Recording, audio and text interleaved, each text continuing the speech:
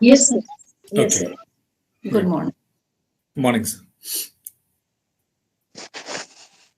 Ladies and gentlemen, distinguished guests and esteemed scholars, very good morning. It is with great pleasure and honor that I be the host of this plenary session of the International Conference on Recent Trends in Postmodernism, Reappraising Literary and Cultural Episteme. This conference, organized by the Achievers Foundation of English Studies in collaboration with the Humanities and Social Science Department at Madan Mohan Malaviya University of Technology, Gorakhpur, Uttar Pradesh, and LINH Government Girls Degree College, Kotla District, Una, Himachal Pradesh, India, marks a significant convergence of minds and ideas in the realm of literary and cultural studies. The theme of our conference, Recent Trends in Postmodernism, invites us to delve into the evolving landscape of literary and cultural episteme.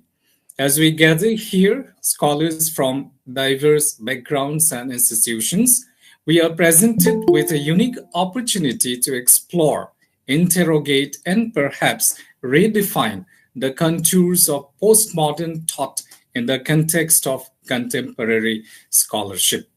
Our agenda is filled with insightful presentations, engaging discussions, and the exchange of ideas that promise to contribute to our collective understanding of postmodernism.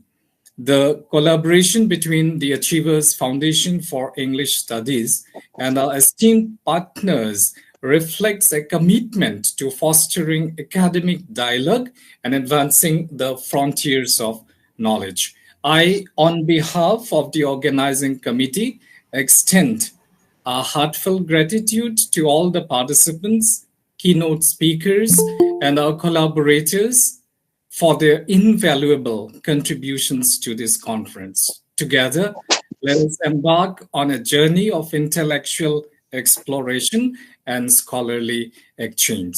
Without further ado, I declare the second day of this international conference on recent trends in postmodernism, reappraising literary and cultural episteme, officially open. And may this conference be a platform for rich discussions, new insights, and lasting connections. Without further delay, I invite Professor Prakash Joshi, Department of English, University of Allahabad, Prayagraj, Uttar Pradesh, India, to deliver the keynote address. And please join me in extending a warm welcome to our distinguished keynote speaker. Professor Dr. Prakash Joshi is a distinguished professor of English at the University of Allahabad, India, and a former Fulbright Nehru visiting professor at the City University of New York, United States of America. With expertise in British and American literature, ELT, literary theory, indigenous cultures, Gandhian studies, theology, and environmentalism, he has delivered extensive lectures globally and published proficiently or prolifically in these areas. Professor Joshi's interdisciplinary approach and scholarly contributions have significantly impacted the academic community both in India and abroad. So I request all the participants, distinguished guests, to give him a big round of applause and to deliver his keynote address. The floor is yours, sir. Thank you, Vishnu, and thank you to the organizers of this conference for inviting me to speak as one of the keynote speakers. I attended the three keynotes yesterday. So I have my takeaways from there. Takeaways in the sense that I have modulated and modified my talk in the light of what was spoken, said yesterday. So the theme of the conference is recent trends in postmodernism, reappraising literary and cultural esteem. A lot, in fact, actually a lot was said, was explained about postmodernism yesterday, first to begin with by Professor Singh, and then by Professor Sanjay Pandey, and then by Professor Krishna Mohan Pandey, who affectionately called me his friend, though he's my elder, a respectable person. Then we could get to hear more about, learn more about postmodernism from Professor Neelu Kumar Delhi. So this term postmodernism, so I'll speak a little bit about postmodernism, but not to endorse postmodernism as a continuing phenomenon, but something that has gone by, that has passed us. And then in the new cultural episteme or new cultural scenario or circumstances, set of circumstances, I'll introduce a new form, a new genre of literary creation that I'll introduce later. So this term is quite a nasty term, but then, as Professor K.M. Pandey was telling repeatedly in his talk yesterday, is not an Indian experience. Indian experience aims at uniformity, Advaita, whichever way you look at the world, it ultimately leads to a kind of uniformity, some kind of oneness is created out of all diversities. That's the essence of Indian thought. So postmodernism, we have been doing a lot on and about postmodernism in India and in the Orient, but this certainly is an Occidental experience. It's a nasty term in a way, because it goes diametrically against uniformity and congruity. So there is a set of scholars who still believe that the phenomena or phenomenon termed as postmodernism continues, but there is an increasing number of scholars who have come up and who have started saying that this phenomenon of this postmodernism is certainly passé, it's over, and they go on to the extent of suggesting that this ism is something that belonged to the past century, 20th century. Let me, to substantiate this point, let me quote something. So there's this Cambridge Introduction to Postmodernism by Brian, in this introduction, Brian McHale, in the introduction of this Cambridge Introduction, he writes, and listen to this, postmodernism he says, postmodernism was a dominant cultural tendency during the second half of the 20th century in advanced industrial societies of the West, spreading eventually to other regions of the globe. So this is what Brian McHale says. Two things become very clear in this assessment or this quote, which I have taken from Brian McHale. Number one, he defines postmodernism as a cultural tendency, dominant cultural tendency, which is nothing new. The second thing he says, he restricts this thing called postmodernism to the second half of the 20th century. So if we are moving toward the end of the year 2023, then we are almost a quarter century removed from what was called postmodernism. And by the way, Brian McHale is not alone. Brian McHale wrote this introduction in the year 2015, but Linda Hutton, who was mentioned yesterday also by 2 to 3 speakers, specifically Professor K.M. Pandey, she and her classic Poetics of Postmodernism is all known to us. So she called postmodernism, when she was writing, well, postmodernism was still on. Brian McHale, when he wrote, postmodernism, according to him, was over more than 15 years ago. So she identifies postmodernism as, quote unquote, cultural enterprise. So this is a similarity between what Brian McHale says and what Linda Hutton says, cultural enterprise, dominant cultural tendency. But what Linda Hutton goes on to say is very interesting. And this is what she says, that this ism, postmodernism, is usually accompanied by a grand flourish of negativized rhetoric. Negativized rhetoric. We hear of discontinuity, disruption, dislocation, decentering, indeterminacy, and anti-totalization. And these are the disses, she calls them disavowing prefixes.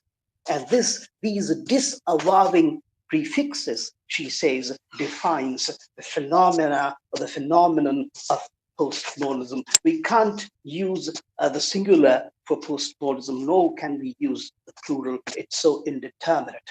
So this is an interest. So she calls further, it's a contradictory phenomenon, she calls it, and then goes on to add that this phenomenon uses and abuses, installs and then subverts the very concepts it challenges. This is how she defines postmodernism, and we can understand how very complex this phenomenon had been. Now, so the question now is whether this era, this time, this period of disavowing prefixes, as Linda Hutton calls it, or this dominant cultural tendency, as Brian McHale calls it, and this cultural enterprise that Linda Hutton calls it, does this era continue? So many scholars believe that it's no more, it doesn't exist anymore. It died, it disappeared, it's passing. And I'm quoting from a new scholar, Jason Josephson Storm. So he calls this era, this period of postmodernism, a period of skeptical dogmas of all sorts. And that period, he says, is over.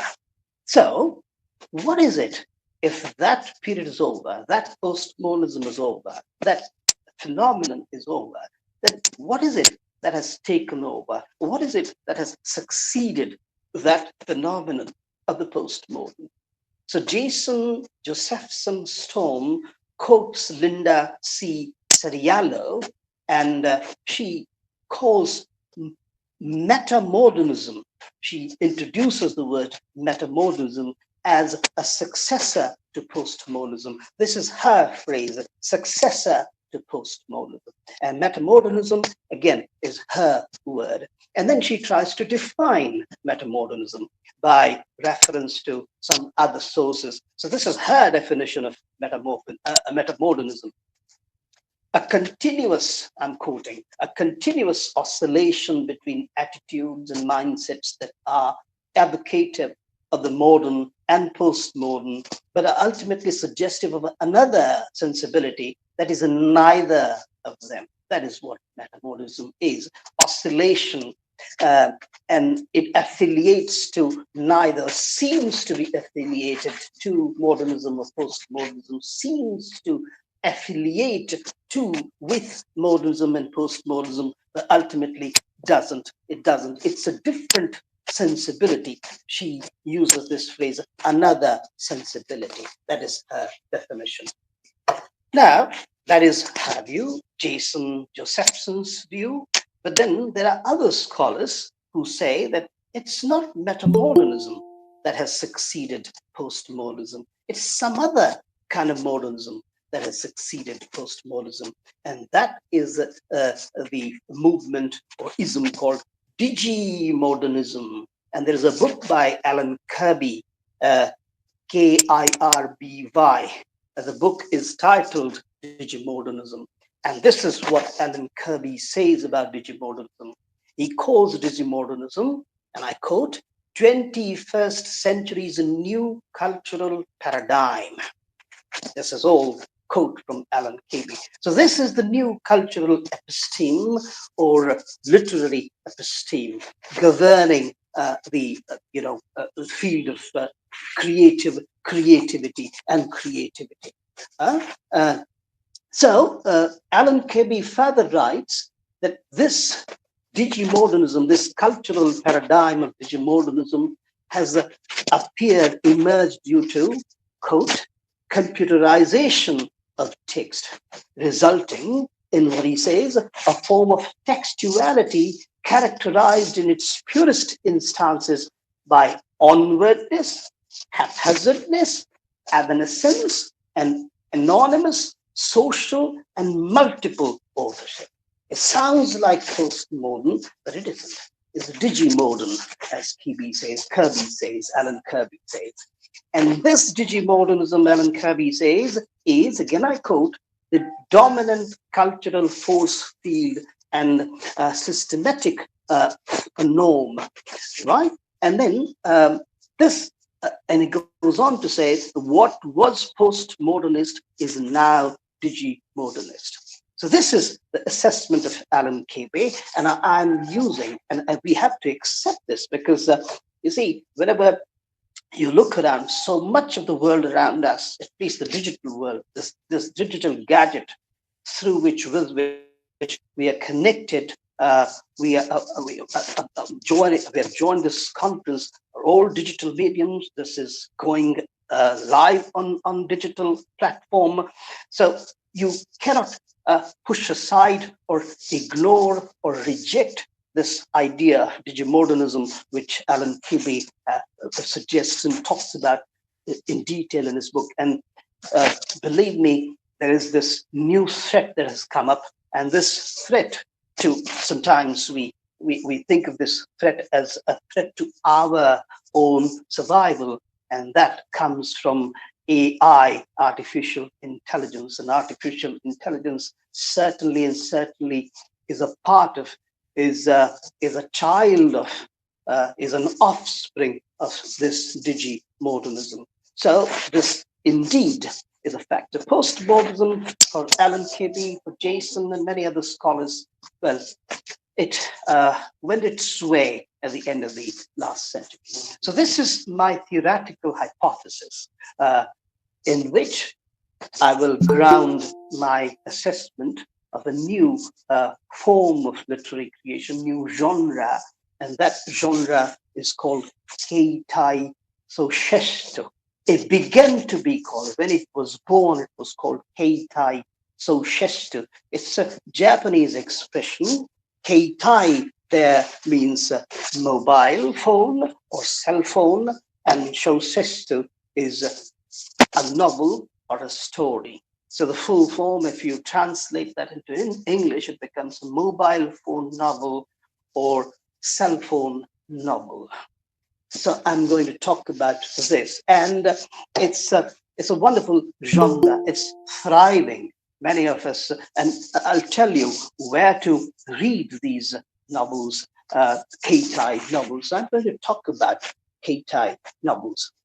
So Keitai Shousesto, or a cell phone novel, a mobile phone novel, it was digitally created. First generation digital creation it was, and it exists only on cell phone. It's not maybe it can be accessed through computer too, but it doesn't have any physical presence, existence in print. It's there, and there only on our mobile phone screens or our computer screens. It doesn't go beyond that.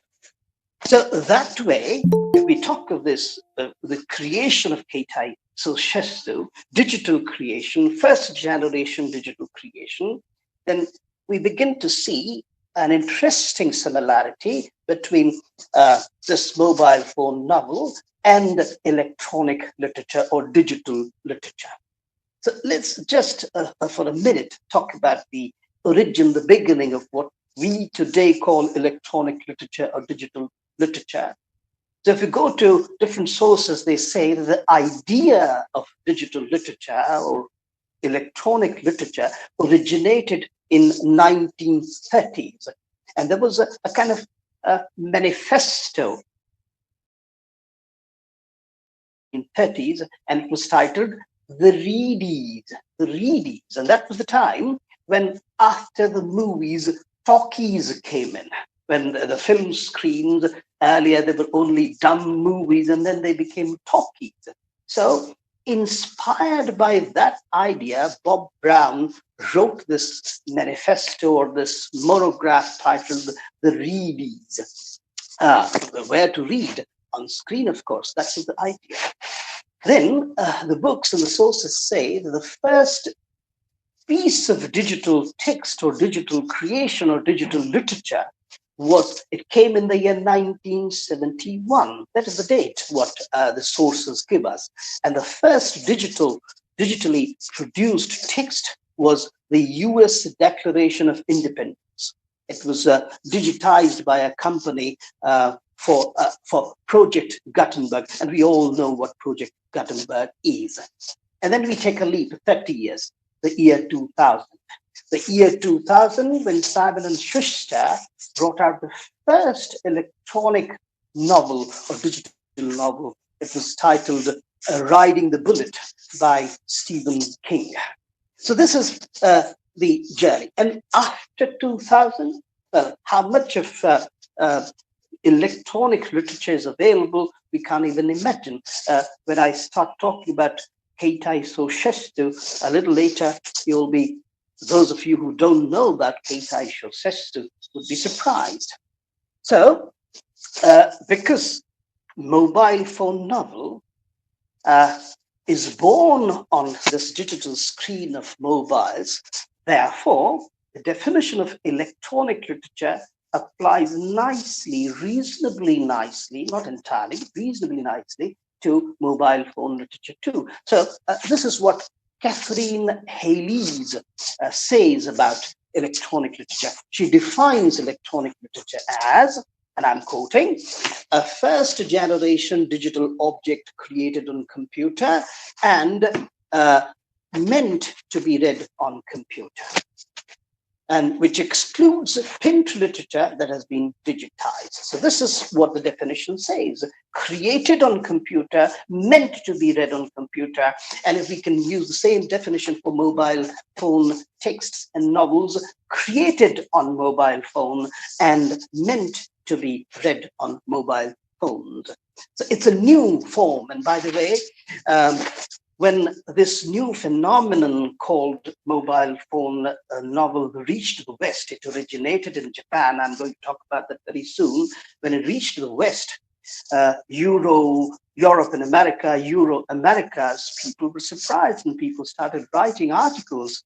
So perhaps the first article on Keitai Shoshetsu, or mobile phone novel, was published in the New Yorker, that, quite a well-known newspaper in New York, the New Yorker. So on 14th of December 2008, Dana Goodyear, she wrote this about cell phone novel.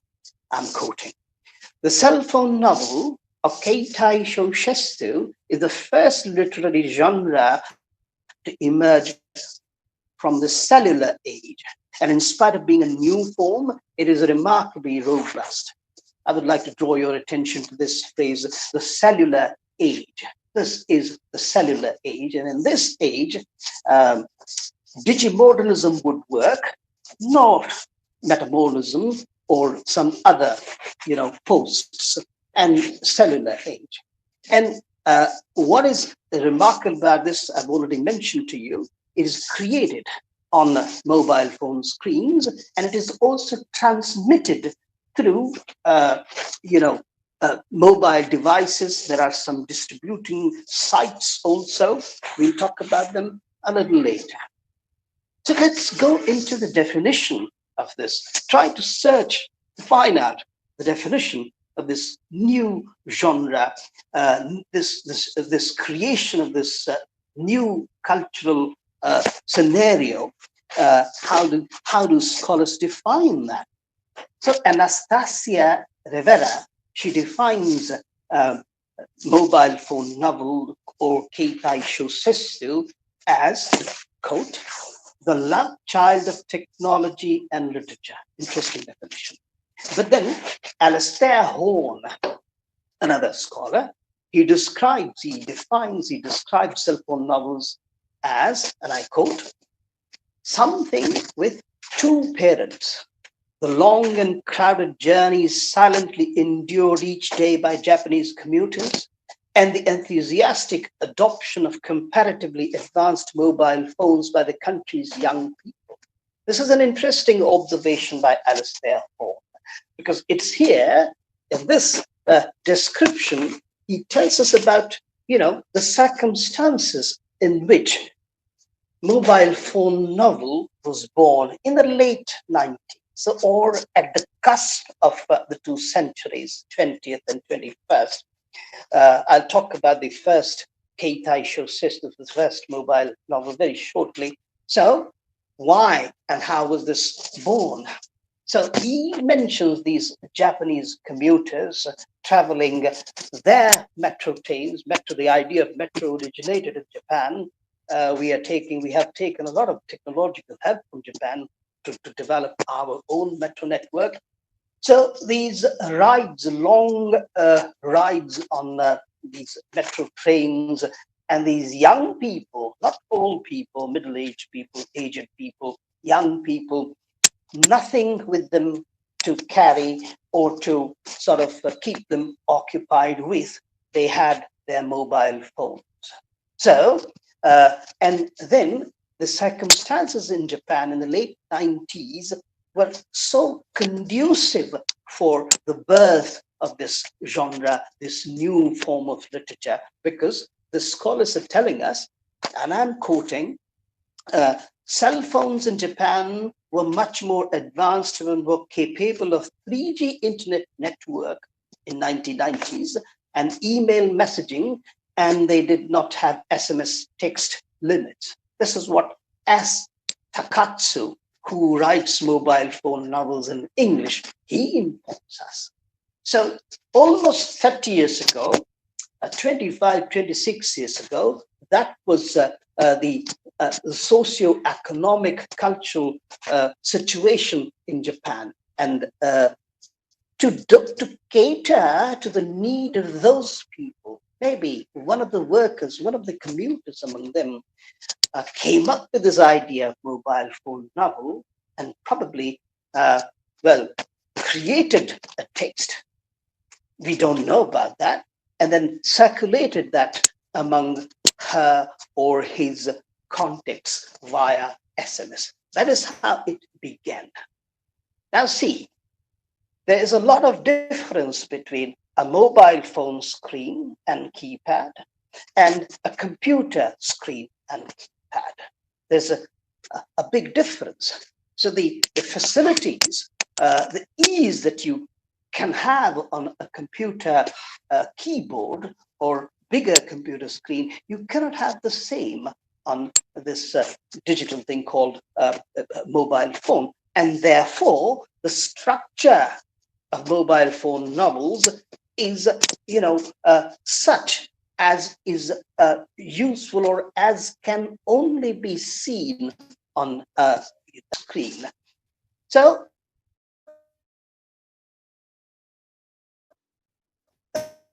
when it began in Japan, so we are told, and I'm quoting from Wattpad Guide to CPN.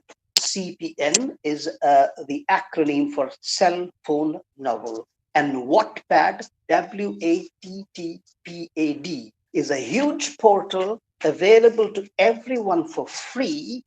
If you want to read or write mobile phone novels, there is no fee whatsoever. If you want to write your stories, well, join Wattpad and contribute. And if you want to read, you can read plentiful mobile phone novels. Of course, there is a premium service to Wattpad too, for which they, of course, charge you some money. But then for free too, you can read a number of novels, and not necessarily in Japanese. There are 35 languages, and so much, and of course, English has overtaken other languages. in the field of mobile phone novels. So at that stage, in the year around the year 2000, the structure was such that these stories, CPN stories, cell phone novel stories, had, and I quote from this guide, lasting the length of 70 to 200 word counts. And another overview, someone else says that, well, the word limit used to be 50 to 100 words, 50 to 200 words. So this is what the structure was. And as Takatsu, who I told you writes his cell phone novels in English, well, he says that this communicated a lot. That to us, it appears 100 words is a very scanty number. It's a very small number. How can a writer communicate in this small number? But we have to understand the nature, the character of Japanese language too. These are they use figures. So maybe one figure communicates one full sentence, and that is what Takatsu puts it. And he says that this Japanese is a high context-based language, and a complete sentence in Japanese can consist of just a single lonely verb. So that is why that number of words, small number of words, not more than 200 to 300 in one chapter, right? So if I say chapter, then we have to understand that it was serially transmitted on SMS text messages or some other portals or forms. So the latest definition now, why latest? Because cell phone novels in the beginning, it originated in Japanese, was these novels written only in Japanese. Now there are more than 35 countries, and probably most of the major languages of the world are there. In this cell phone novel practices, you can see what that. So Anastasia defines the cell phone novel as a serialized story delivered through email or text message or through distributing sites, and there is more. But I'll take this definition from As Takatsu, Japanese gentleman. A cell phone novel is a remarkably unique form of writing, fusing serialized online storytelling with simple haiku-like poetic technique and with prose narrative. This is interesting. Haiku-like poetic style, when it originated, and also even today,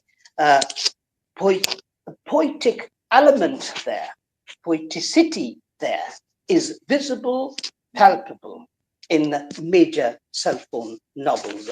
So, and now look at the, just because we are talking about this, let's refer to a couple of examples. So the first cell phone novel, mobile phone novel, Keitai Soshestu, was titled Deep Love, I Use a Story.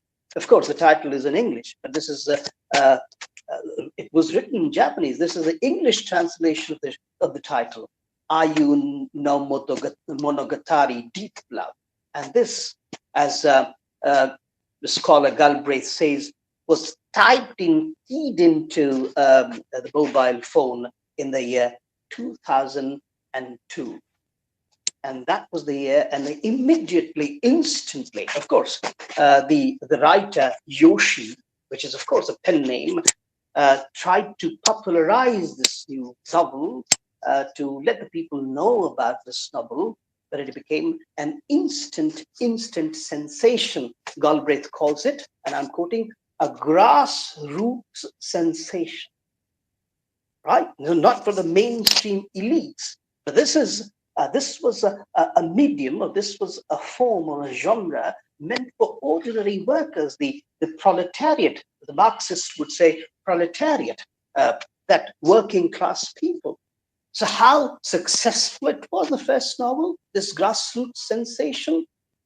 It sold, as we are told, 2.7 million copies of its print version.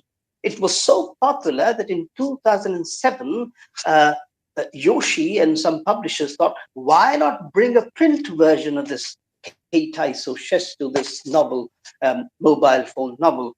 So it was so popular that the print version sold 2.7 million copies instantly. And then after, so this was the beginning of a movement, a kind of sensational movements. And then, well, there are more examples, but I'm skipping all those examples of major Keitai Sosheshu successes. So Keitai Sosheshu reached the West, became cell phone novel, and that was around the year 2008 when it reached there. And the one who brought it or introduced this form to the West was S. Takatsu, who first studied this form in Japanese. Then he wrote his first cell phone novel in English, Secondhand Memories. Secondhand Memories is the first mobile phone novel ever written in English, right? And this introduced, sort of unleashed a kind of international movement. And from 2008, this is 2023, how popular this form has become.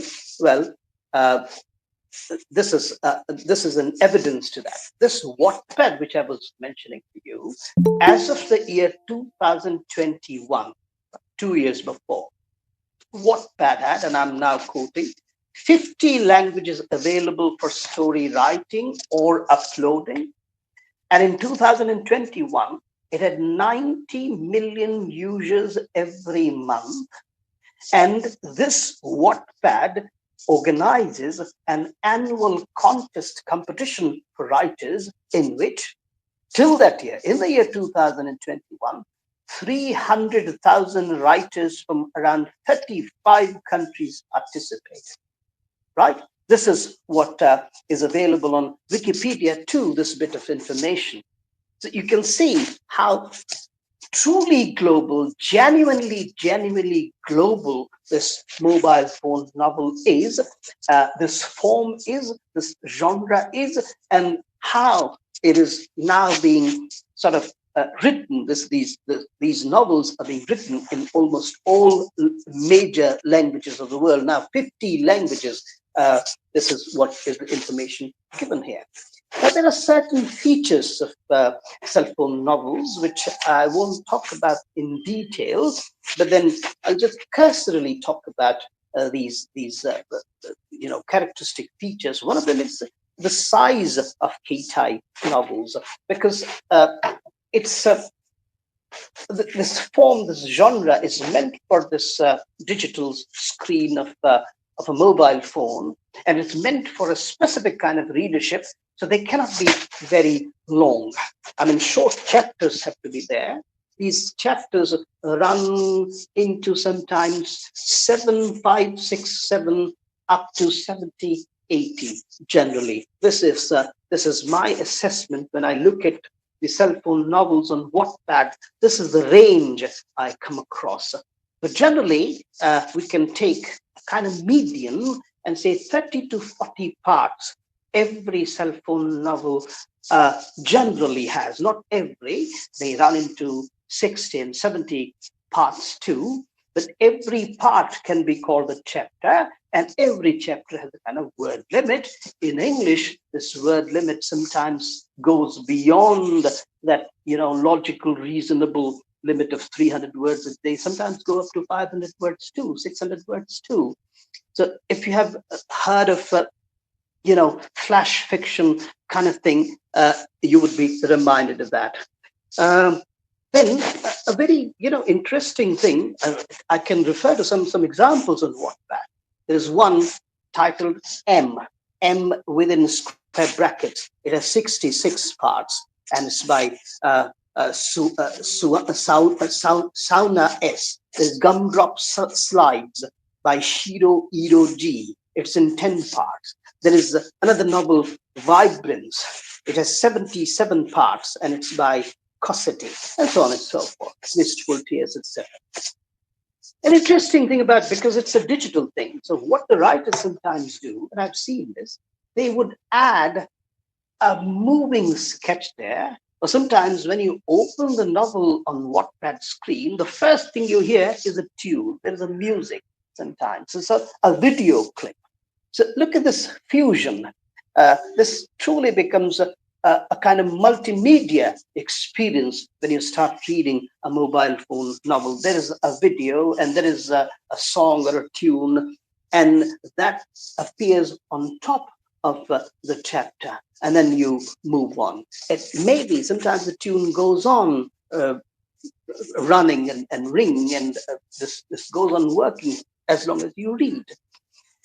Another interesting feature, which is not available on other formats, is this constant interaction between readers and writers. This is very much like, I think many of us would understand this by Facebook or by Twitter, these modern day portals. So the writers put their text novels on Wattpad, on that digital medium, and then the readers are there to like, upvote, downvote, and they can also comment on a line, on a paragraph, on a chapter. Wattpad facilitates that. So you as a writer can type your comment, your observation, like, dislike, and those comments are visible to other readers too. Those comments of the readers are visible, of course, to the writer, but they are visible to the readers too. Now look at this, what interesting thing happens. Because the comments are there, and they are visible, they are available for the writer to read, then this writer of a this cell phone novel is free to modify the text. So they go on modifying. Look at this new form. It's not that once published, this text, this novel won't ever be modified. The writers go on modifying, either as suggested by the readers or as it comes to them. This is something very unique to this form of literature.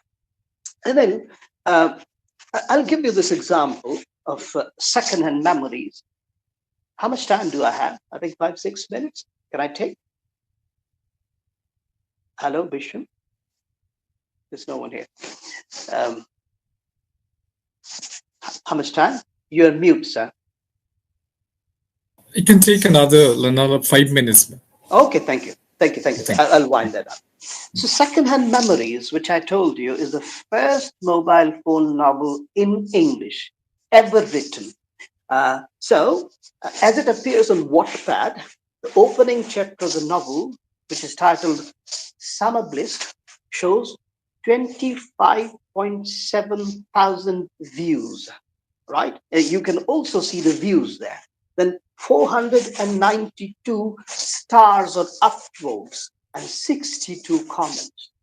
And then to look at another example by this Sakuna SM, the opening chapter has 5.88 thousand views, 192 likes, and 25 comments. And as I told you, the result is that the author, the writer, is free to modify whatever the chapters are or whatever the writer has written.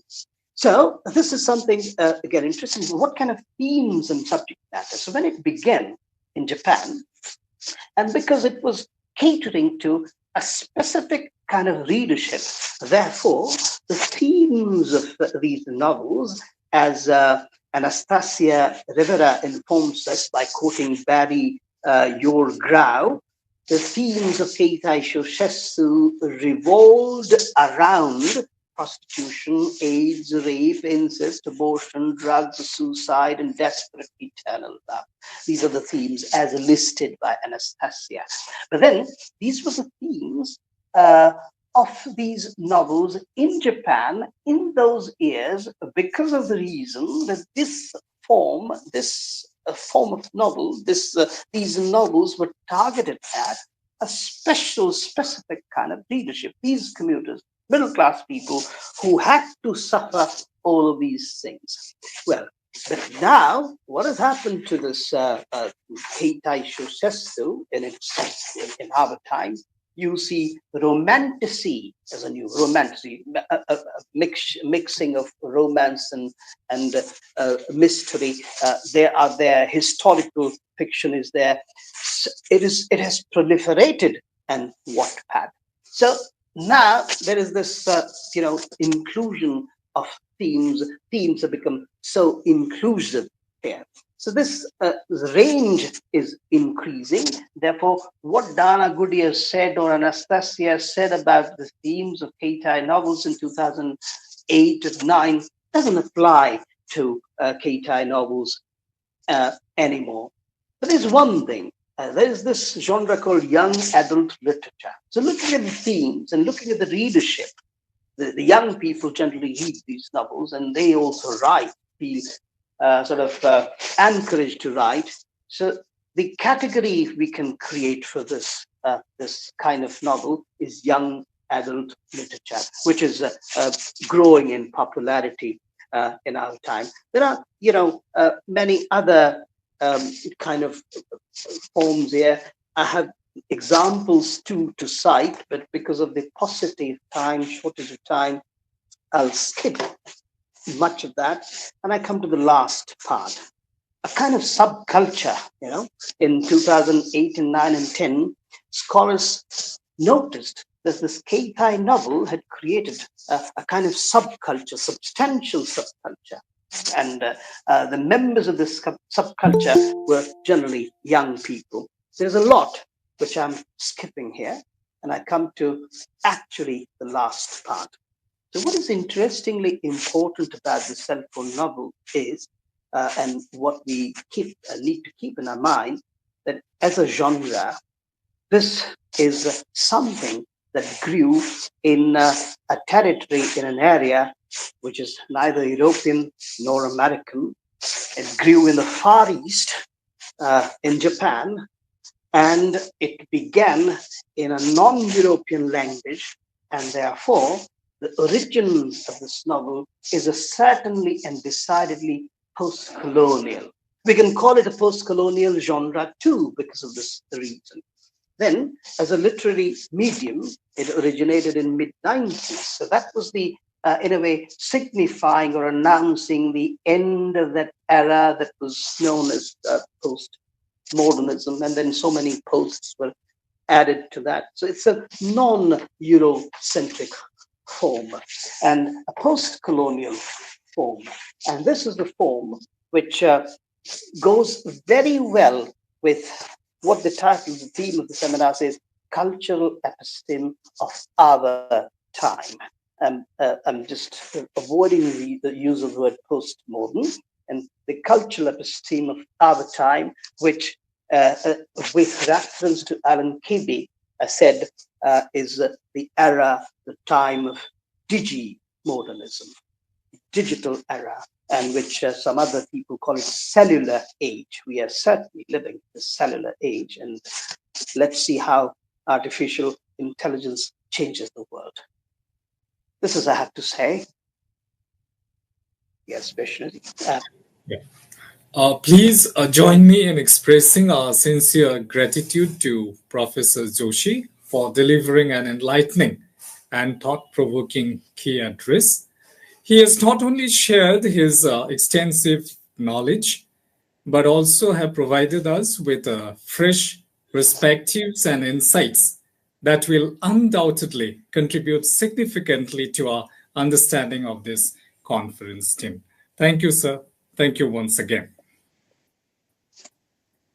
It is my distinct pleasure and privilege to welcome each and every one of you to the momentous occasion, the book release event for the collection of selected research papers of the first international conference published by MacBrain Publishing House, New Delhi, and edited by Dr. Sanjay Prasad Pandey, Dr. Sudhi Narayan Singh, and Dr. Raman Kumar. So we are here to celebrate the culmination of groundbreaking research and scholarly endeavors. Thanks to Mark Brain Publishing House and the esteemed editors for this, for their commitment to advancing knowledge. To the authors, your contributions are invaluable. And today, let's engage in official release of this impactful collection.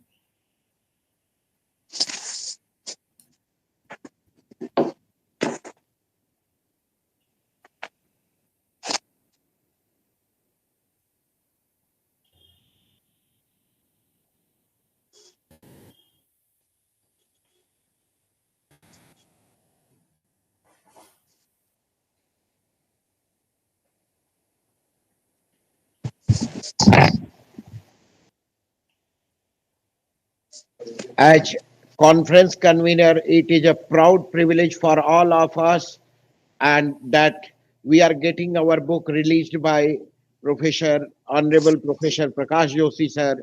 Thank you. Thanks for doing this. Honor to all of us, and it's great listening to you, sir.